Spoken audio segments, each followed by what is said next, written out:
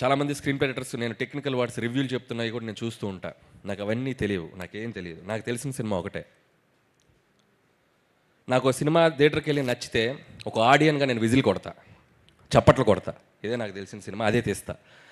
ఇది out of emotion చెప్తున్నాను. చిన్నప్పటి నుంచి చూసిన సినిమా ఇదే. నేను పెద్ద చదువుకోవాలి సినిమా, నాకు తెలిసిన సినిమా ఇదే. థియేటర్లో ప్రేక్షకులు చప్పట్లు కొడుతుంటే వాటికి కనెక్ట్ అయిపోయి నేను లేచి చప్పట్లు కొడతా, విజిలేస్తే లేచి విజిలేస్తా. ఆ క్యారెక్టర్ నన్ను ఎమోషన్ గురి చేస్తే ఎమోషన్ అయిపోతా. ప్రతి ఫ్రైడే ఏ సినిమా రిలీజ్ అయినా ఆ థియేటర్లో ఉంటా. నాకంటే ఎవరైనా బాగా తీస్తే నేర్చుకుంటా, నేను ఏదైనా తప్పులు తీస్తే సర్దుకుంటా. 8 సినిమాల జర్నీ ఇది. ఇక ముందు కూడా ఇలాగే జర్నీ ఉంటుంది.